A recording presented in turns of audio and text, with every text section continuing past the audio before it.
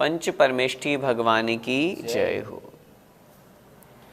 पिछली ज्ञानशाला की कक्षा में हमने समझा था कि जो मुनि महाराज शुभ और अशुभ दोनों प्रकार के कर्मों से रहित होकर के आत्मा के स्वरूप को ज्ञानी केवली मुनि रूप जान करके जो उस आत्म स्वभाव में स्थित होते हैं, वे ही मुनि महाराज निर्वाण अर्थात मोक्ष को प्राप्त करते हैं। आचार्य भगवान उसी बात को आगे बढ़ाते हुए आज हम पढ़ेंगे।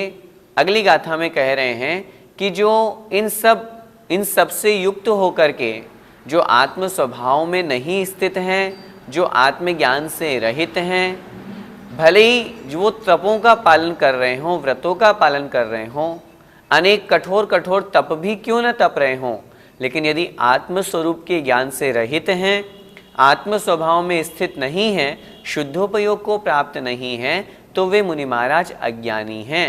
आइए देखते हैं गाथा क्रमांक 159। परमठम्य अठिदो जो कुणदितवं वदं च धारयति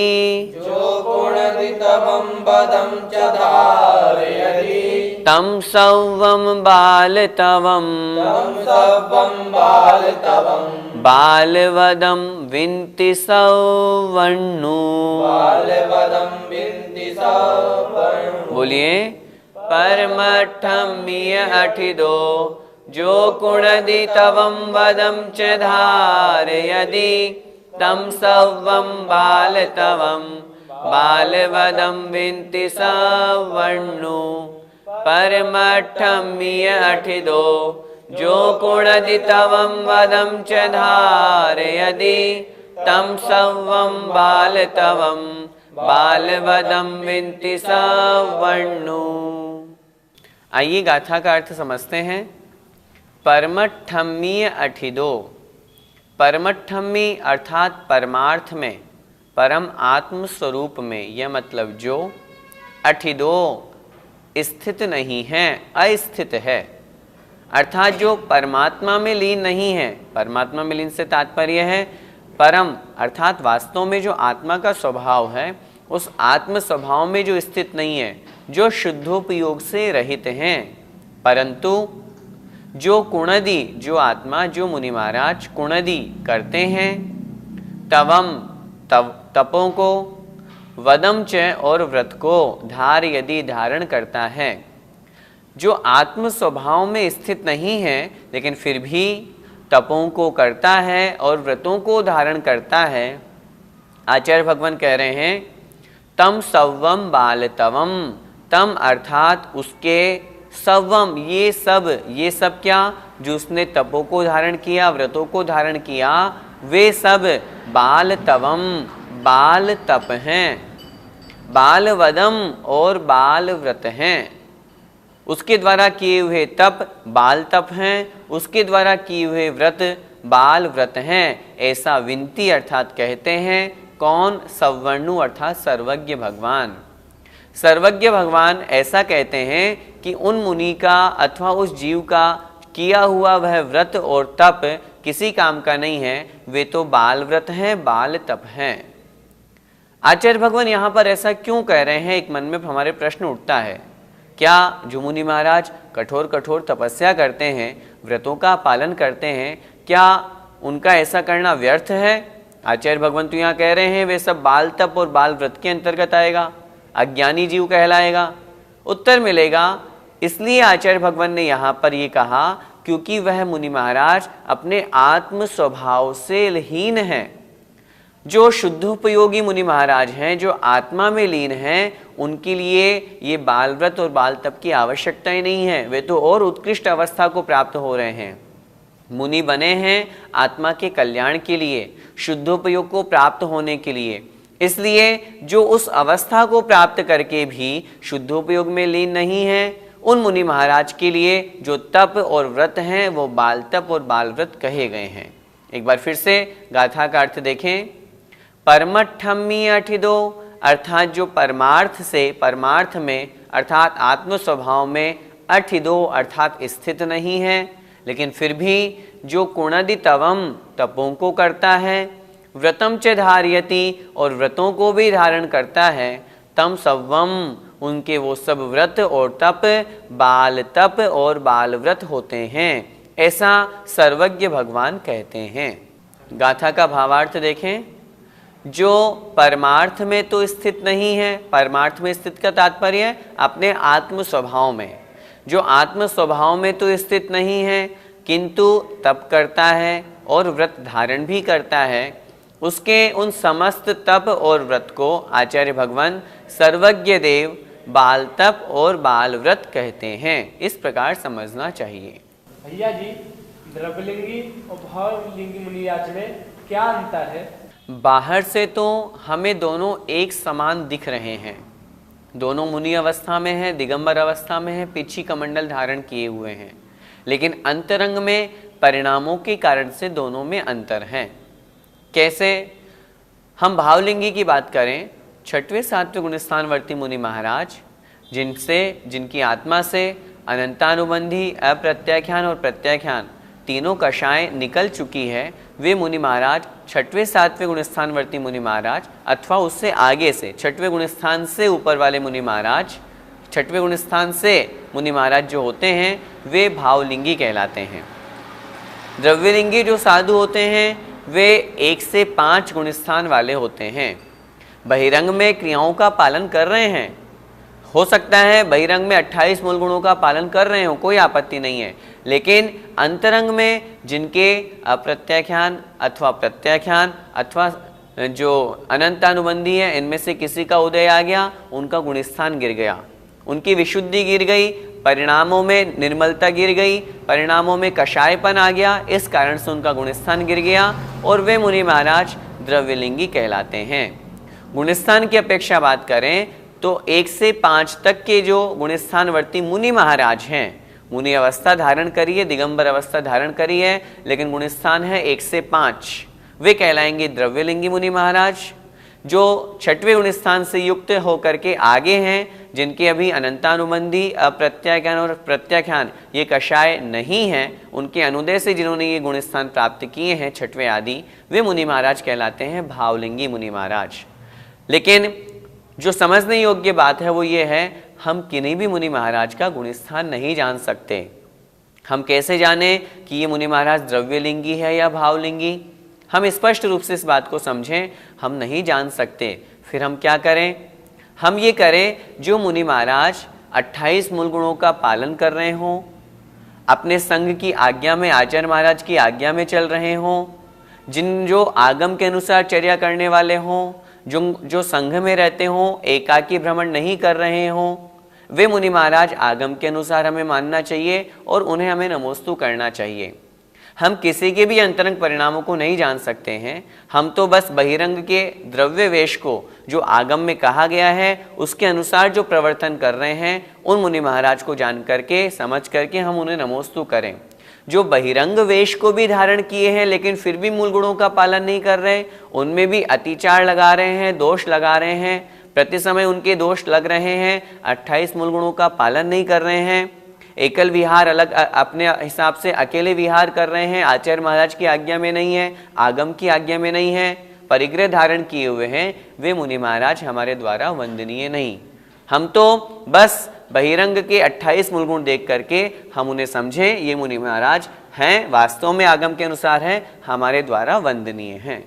भैया जी, पंचम गुणस्थानवर्ती मुनि के तप को बाल तप क्यों कहा? आप पंचम गुणस्थानवर्ती मुनि महाराज की बात कर रहे हैं, मैं तो कह रहा हूँ छठवें गुणस्थानवर्ती मुनि महाराज भी जो शुद्धोपयोग में नहीं हैं, उनके द्वारा किया हुआ तप भी बाल तप है। यहाँ निश्चय परक ग्रंथ की बात चल रही है, यहाँ स्पष्ट रूप से आचार्य महाराज कह रहे हैं जो शुद्धोपयोग में लीन है, वास्तव में उन्हीं का तप है।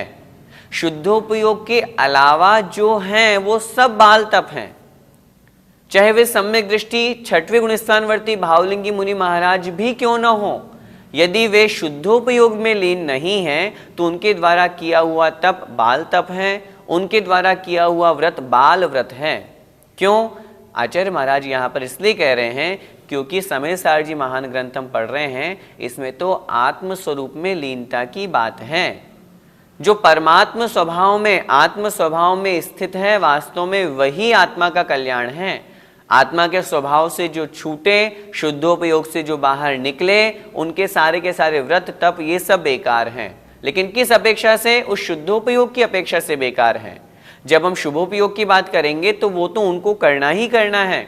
28 मूल गुणों का पालन करना ये शुभोपयोग में ही है, शुद्धोपयोग में नहीं है। वो तो पालन करना ही करना है, लेकिन यहाँ शुद्धोपयोग की मुख्यता को लेकर के कथन किया है, परमात्म स्वभाव में स्थित होने की अपेक्षा से कथन किया है। इसलिए जब उससे वो रहित हो जाते हैं तो उनके द्वारा किए हुए वो जो तप हैं, वो जो व्रत हैं, वे बाल तप और बाल व्रत कहे गए हैं। चाहे वो पंचम गुण स्थानवर्ती हो, चाहे छठवें गुण स्थानवर्ती मुनि महाराज हो, शुद्धोपयोग से हीन हैं, उनके वे सब तप व्रत बाल तप और बाल व्रत हैं। भैया जी, यहाँ परमार्थ से क्या तात्पर्य है?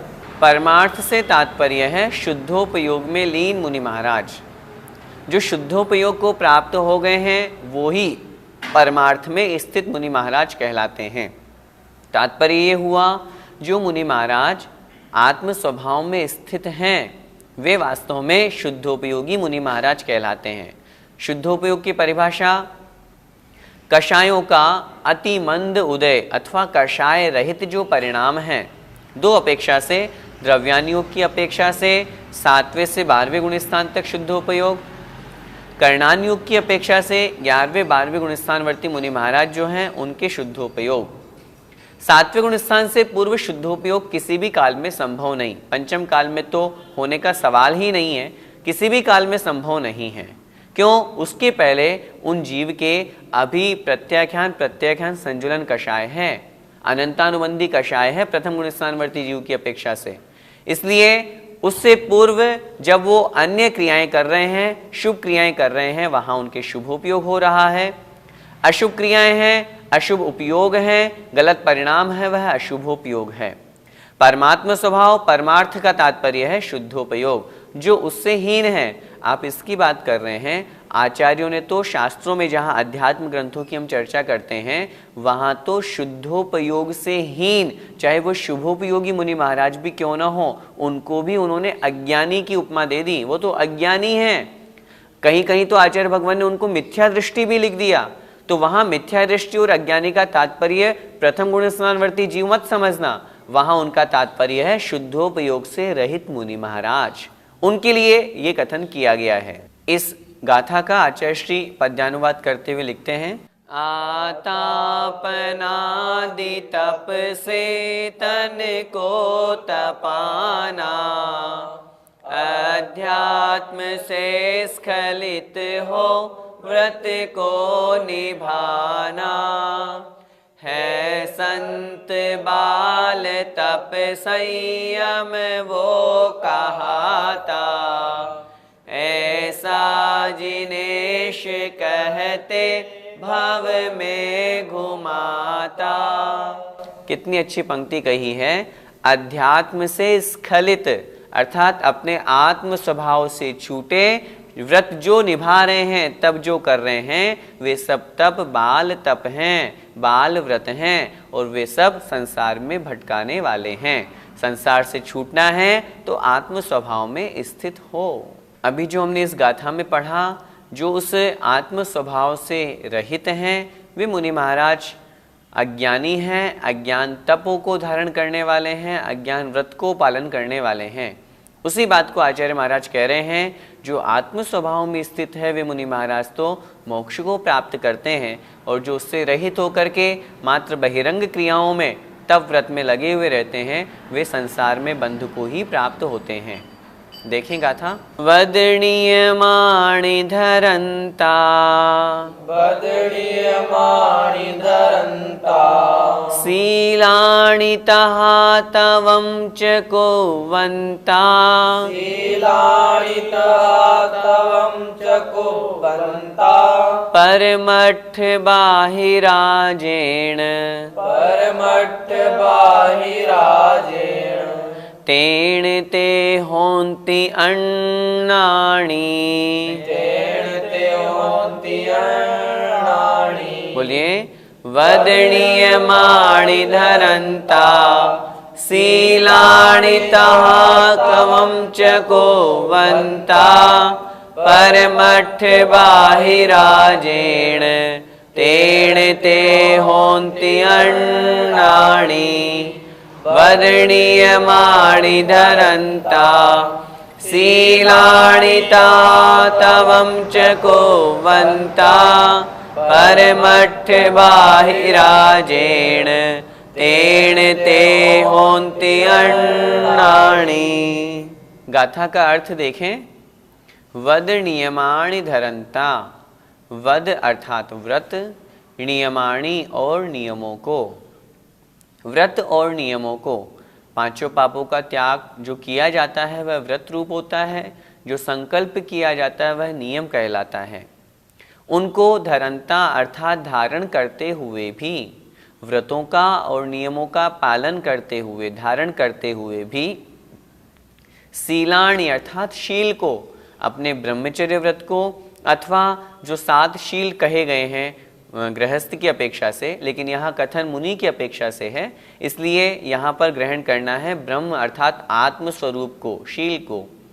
तहा तथा और, तवम च और तपों को, कुर्वन्ता करते हुए भी, व्रतों को नियमों को धारण करते हुए भी, शील और तप को ग्रहण करते हुए धारण करते हुए भी, परमठ बाहिरा जो परमार्थ से बाहर है, परमार्थ से बाहर का तात्पर्य है आत्म स्वभाव से बाहर हैं, शुद्धोपयोग से बाहर हैं, जेण जिस कारण से, इन सबको ग्रहण करते हुए भी वो जो मुनि महाराज उस परमात्मा स्वभाव से बाहर हैं, तेण उससे, उस कारण से, ते अर्थात वे कौन, वे मुनि महाराज, होन्ति होते हैं, अन्नाणी अर्थात अज्ञानी, वे मुनि महाराज अज्ञानी होते हैं। क्या मतलब? जैसा पिछली गाथा में आचार्य भगवान ने कहा था कि आत्म स्वभाव में स्थित जीव ही मोक्ष को प्राप्त करता है, उसके अलावा बाहर की उनकी सारी की सारी जो क्रियाएं हैं, जो तप हैं, जो व्रत हैं, वे सब अज्ञान तप, अज्ञान व्रत के अंतर्गत आते हैं। हमने पहले भी चर्चा करी थी, यहाँ अज्ञान से तात्पर्य मिथ्या ज्ञान नहीं लगाना, यहाँ अज्ञान से तात्पर्य जो आत्मज्ञान से रहित हैं, जो आत्म स्वभाव में स्थिरता से रहित हैं, उनकी अपेक्षा से कथन है। वही बात आचार्य महाराज यहाँ पर कह रहे हैं। एक बार फिर से गाथा का अर्थ देखें। जो व्रत और नियमों को धारण करते हुए भी, शीलाणि तहा तथा और शीलों को अर्थात अपने व्रत को, ब्रह्मचर्य व्रत को, तवम च कुर्वन्ता और तप को करते हुए भी, कठोर कठोर आतापन आदि महाभयानक कठोर कठोर तपों को करते हुए भी, जो परमार्थ से बाहर हैं, जो परमार्थ से बाह्य हैं, आत्म स्वभाव में स्थित नहीं हैं, तेण इस कारण से वे मुनि महाराज इन सबको, व्रतों को, नियमों का पालन करने के बावजूद भी अन्नाणी होन्ति, वे अज्ञानी होते हैं। अज्ञानी क्यों कहा? क्योंकि वो आत्मज्ञान से रहित हैं, आत्म स्वभाव को में लीन होने से रहित हैं। इस कारण से उनके ये व्रत नियम संयम सब व्यर्थ कहे हैं। लक्ष्य शुद्धोपयोग को प्राप्त करने का था। मुनि क्यों बने? शुद्धोपयोग को प्राप्त करके आत्मा का कल्याण करने के लिए। और यदि वहां नहीं पहुंचे तो उन मुनि महाराज के लिए आचार्य महाराज कह रहे हैं, तुम्हारे ये सब तप और व्रत किसी काम के नहीं है, तुम तो इससे ऊपर बढ़ो, आगे बढ़ना है, उसके लिए मुनि अवस्था प्राप्त करी है। इसलिए जो उससे रहित हैं उनको यहाँ पर अज्ञानी कहा है। गाथा का भावार्थ देखें। यद्यपि जो व्रत और नियमों को धारण करते हैं, शील पालते हैं तथा तप भी करते हैं, परंतु परमात्मा स्वरूप के ज्ञान से रहित हैं। ज्ञान से रहित का तात्पर्य उस स्वभाव में स्थित नहीं है, इसलिए वे सब अज्ञानी हैं। पंडित जी, आचार्य महाराज एक ही बात को बार बार क्यों कह रहे हैं? बार बार कहने पर भी तो मुनि महाराज शुद्धोपयोग को प्राप्त नहीं हो रहे, शुभोपयोग में ही अटके हुए हैं। आचार्य महाराज बार बार इसलिए कह रहे हैं क्योंकि हमारे साथ में जैसे संसार में व्यवहार में देखा जाता है, किसी बात को समझाने के लिए एक बार कहा, नहीं समझ में आया, फिर दूसरे उदाहरण से समझाया, फिर समझ में नहीं आया, फिर तीसरा उदाहरण दे करके समझाया, फिर समझ में नहीं आया। बार बार कहने से उस व्यक्ति के मन में फिर ये धारणा धीरे धीरे बैठ जाती है कि हाँ ये बात सही है, अब मुझे वो प्राप्त करना है। एक बार कहने से हमारे साथ में कर्म अनादिकाल से लगे हुए हैं, हमारे साथ में कर्म के कारण से, संयोग के कारण से आत्म स्वरूप में स्थिरता इतनी जल्दी नहीं बन पाती। हम सोचें कि हम धर्म को एक बार में धारण कर लें। व्यवहार में देखा जाता है किसी भी व्यक्ति को जब धर्म में शुरुआत करनी हो, उसको डायरेक्ट कहो तुम्हें रात में पानी भी नहीं पीना, रात में पानी पीना खून पीने के बराबर है, तो वो बोलेगा मैं कैसे छोड़ूं, जो रात में खाना खा रहा है, आलू प्याज खा रहा है, सब कुछ खा रहा है, उसको कहूँ कि तुम पानी भी छोड़ दो, नहीं छूटेगा। उसको धीरे धीरे धीरे धीरे छुड़वा करके और फिर लास्ट तक उसको पहुंचाना है। बार बार जब उसको समझाया जाता है तो उसको समझ में आती है। इसी तरह आचार्य महाराज मुनियों के लिए कह रहे हैं यहाँ पे, तुम शुभोपयोग में मत अटको, तुम तो शुद्धोपयोग को प्राप्त हो, उसी के लिए तुम मुनि बने हैं, उसी आत्मा के कल्याण के लिए मुनि बने हैं। हम बाहरी सब झंझट छोड़ें, 28 मूल गुणों का पालन करें, ज्ञान ध्यान तपो रखता है, बस ज्ञान ध्यान और तप में लीन रहें, अपने आत्म स्वरूप को प्राप्त करें, यही हमारा लक्ष्य है। इसलिए आचार्य महाराज बार बार यहाँ समझा रहे हैं। भैया जी, यहाँ पर किन मुनियों को अज्ञानी कहा है? जो शुद्धोपयोग से रहित हैं वे मुनि महाराज अध्यात्म ग्रंथ की अपेक्षा से अज्ञानी हैं। जैसा कि मैंने पहले भी बताया आपको, अज्ञानी से तात्पर्य यहाँ पर मिथ्या ज्ञानी नहीं लगाना, पहले गुणस्थानवर्ती जीव मत लगाना। यहाँ तो अध्यात्म ग्रंथ की बात चल रही है। जो आत्मा में स्थित हैं वे वास्तव में ज्ञानी हैं, जो आत्मा के ज्ञान से युक्त हैं, आत्म श्रद्धान से युक्त हैं, वे वास्तव में ज्ञानी हैं। निश्चित रूप से निश्चय नहीं की अपेक्षा से आत्म स्वरूप में लीनता जहाँ हो, शुद्धोपयोग परम समाधि में स्थित वे ही ज्ञानी जीव हैं। उनके अलावा शेष जितने भी जीव हैं, जो मुनि महाराज हैं और उनके अलावा जो हम गृहस्थ आदि हैं, वे तो अज्ञानी हैं ही। मुनि अवस्था में जो शुभोपयोगी मुनि महाराज हैं, उनके लिए भी आचार्य महाराज ने यहाँ इस ग्रंथ में अज्ञानी कहा है। इसलिए कहा है क्योंकि वो शुद्धोपयोग से रहित हैं। भैया जी, क्या व्रत नियम आदि के पालन से मोक्ष प्राप्त नहीं होता? इनके पालन से मोक्ष प्राप्त होता है, कोई आपत्ति नहीं है, लेकिन मात्र इनमें ही रह जाएंगे तो मोक्ष तक नहीं पहुंच पाएंगे। व्रत नियम शील आदि जो हैं, ये हमें शुद्धोपयोग तक पहुंचाने के साधन हैं। जब हम इनका पालन करेंगे, हमारी कषाएं मंद होंगी, हम शुद्धोपयोग की ओर प्रवृत्ति करेंगे। मोक्ष होना है शुद्धोपयोग से, केवल ज्ञान की प्राप्ति होनी है शुद्धोपयोग से, लेकिन शुद्धोपयोग तक भी पहुंचने के लिए शुभोपयोग नियम से कार्यकारी हैं, कारण हैं। शुभोपयोग के बिना हम सीधे शुद्धोपयोग को प्राप्त हो जाएं, ये संभव नहीं है। इसलिए जो मुनि महाराज आत्म स्वभाव में स्थित हो गए, अब उन्हें अपने व्रत नियम शील की चिंता नहीं है, आवश्यकता नहीं है, क्योंकि वो तो उससे एक कदम आगे बढ़ चुके हैं। इसलिए आत्म स्वभाव में स्थित मुनि महाराज ही मोक्ष को प्राप्त करते हैं। वहां तक पहुंचने के लिए ये व्रत नियम शील आदि उसके लिए साधन कहे गए हैं। भैया जी, परमार्थ स्वरूप का ज्ञान कैसा होता है? परमार्थ स्वरूप का ज्ञान से तात्पर्य जो आगम में लिखा है, हमने पहले भी पढ़ा है। आचार्य महाराज ने जैसा बताया, अहमिको खलु शुद्धो दंसन्नाणमयो सदा रूवी नवि अथि मध्य किंचिवी अन्नम परमाणु मित्तम्पी, अर्थात मैं एक हूँ, शुद्ध हूँ, अन्य परद्रव्य मेरे कोई भी नहीं है, परमाणु मात्र भी नहीं है, मैं अरूपी हूँ। इस प्रकार आत्मा का ज्ञान, जो आत्मा का स्वरूप बताया है, अरस मरुवम गंधम आदि जो गाथाएं लिखी हैं, जब जीव इस तरह से आत्मा के स्वरूप को समझता है, आत्मा के स्वरूप को समझने के बाद में जब आत्मा में डुबकी लगाता है, तो वह वास्तव में परमात्म स्वरूप को प्राप्त होता है अथवा परमार्थ स्वरूप को प्राप्त होता है। परमार्थ से तात्पर्य वास्तविक आत्म स्वरूपता, उसे यहाँ पर परमार्थ स्वरूप कहा है। इसलिए अध्यात्म दृष्टि से जो मुनि महाराज उसमें स्थित हैं, उनका वह स्थित रहना, शुद्धोपयोग में स्थित रहना कार्यकारी है। उनके अलावा जो आज की कक्षा में हमने जो 2 गाथाएं पढ़ी, क्या सारांश समझना है? हमें समझना यह है, जो उसमें स्थित हैं वे मुनि महाराज वास्तव में वे ही सच्चे हैं। उनके अलावा व्रत नियमों का पालन करते हुए भी वे अज्ञानी कहे गए हैं। अज्ञानी इस अपेक्षा से क्योंकि आत्मज्ञान से रहित हैं। निश्चय नहीं की अपेक्षा से ये कथन हमें समझना चाहिए। जब हम बहिरंग में आए, हम अपने लिए क्या समझें? हम अपने लिए ये समझें हमें लक्ष्य वहीं तक पहुंचने का रखना है। जब तक नहीं पहुंचे तब तक अशुभोपयोग से बचें, शुभोपयोग को प्राप्त हो। जितना हो सके धर्म करें, दान पूजा करें, व्रत नियम संयम शील का पालन करें। जब इनका पालन करते करते हमारा अभ्यास हो जाए, मुनि अवस्था प्राप्त हो जाए, तो हम शुद्धोपयोग को प्राप्त करने का लक्ष्य बनाएं। आइए पद्यानुवाद पढ़ते हैं। लो अज्ञ साधु यम संयम शील धारी, शास्त्रानुसार करता तप धीर भारी।